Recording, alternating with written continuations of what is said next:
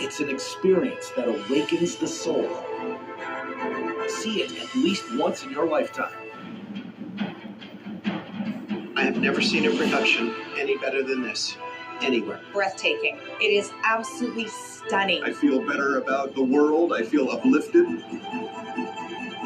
Invigorating. It was encouraging. Gave me hope. This has just been therapy for the soul. It's a must-see. Must-see. Make sure you see it. Make sure you see it.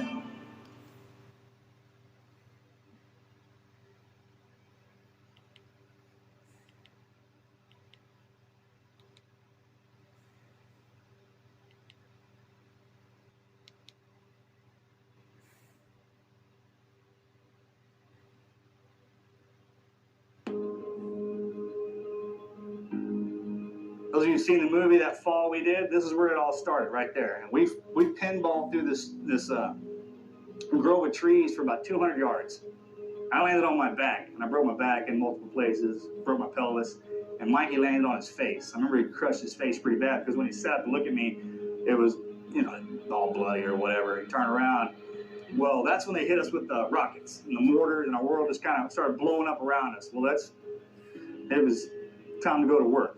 All right, and at no point in time was any of my teammates afraid of anything. At no point in time did anybody stall in the door, so to speak. They didn't kind of back up and say, "Hey, I don't want to be in this." It was, "Hey, this is what we're here to do. Let's do this."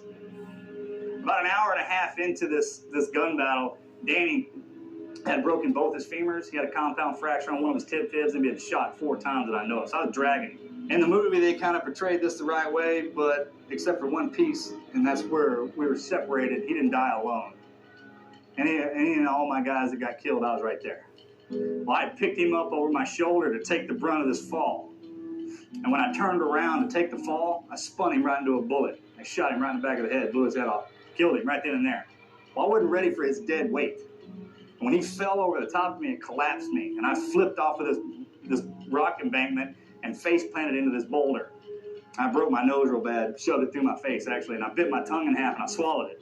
And that totally incapacitated me. I was on all fours, like a bitch trying to throw that thing up, man. I finally got it up, I put it in between my teeth and bit down on it again so I wouldn't swallow it. And Mikey was out on this boulder, just like the movie. He was out on this, no cover, no nothing, and crawled out to this embankment to make our sat phone call. He was sitting up and took 2 rounds to the chest, spun him like a top, dropped him on his face. And this bothered me. He was my best friend. Had been for a long time. We've been through a lot of stuff together. I loved him. I never told him I loved him while he was alive because, guys, we just don't do that. But, I'll see him again soon. Probably one of the first things I tell him. And then he started screaming my name for help. You could hear a lot of AK fire into his area, a lot of RPGs. They were laying it on him pretty hard. Because I couldn't get to him, it was too steep. And he had that sat phone up next to his ear, and he got shot right between the shoulder blades, dropped him right on his face. Normally, to break a Navy SEAL, you have to kill us. That's why we make it into our training. That's why we can call ourselves SEALs, because the only way you're going to break us is to kill us. I snapped right there, like a twig, like a little bitch. I couldn't stand to hear him die. They killed him. I never saw him again, ever.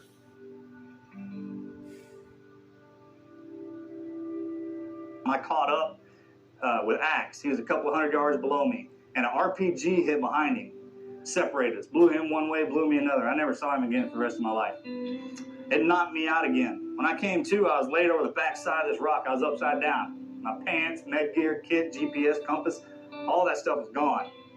I had a harness on, had 1 magazine with 11 rounds in it. I went out there with 13 magazines of 30 rounds. I rolled over. I was paralyzed from the waist down. I started crawling, using my elbow, and started pulling myself through the dirt into the side of this ravine.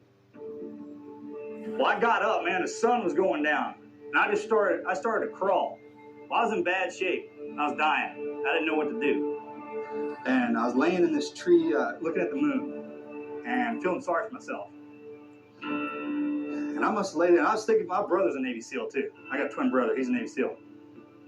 And I was thinking about him a lot and my teammates and everything that all the training that I'd been through.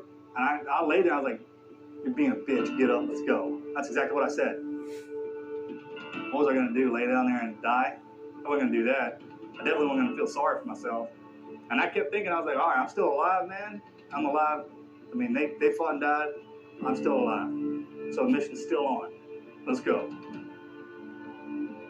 So I reached out and I grabbed a rock. And I reached out as far as I could and I drew a line in the dirt in front of me. I was like, I'm gonna crawl to that till my feet hit it. If I'm still alive, I'm gonna do it again. And that's what I did. I'd draw a line, crawl to it, my feet would hit it. I'd fall down a hill, I'd crawl up another hill, I'd draw another line. And I did that for 7 miles. When it was an option, when I was out there and I shot, I laid down there, and somebody was like, well, why don't you quit? Because that's not an option, all right? That's not what I am. You understand what I mean? So if I'm a Navy SEAL, I'm a gunfighter, I'm a war fighter, and if I get shot and I can pick myself up, I'm gonna pick myself up till you shoot me again and kill me. Basically, I'm not gonna stop, ever, period, until you take everything away from me. You strip it all away. That's the way we're trained. From the day you go into training, they take away everything that you are and that you ever were, and they mold you back up to what they want you to be. You accept the fact that you're a football player.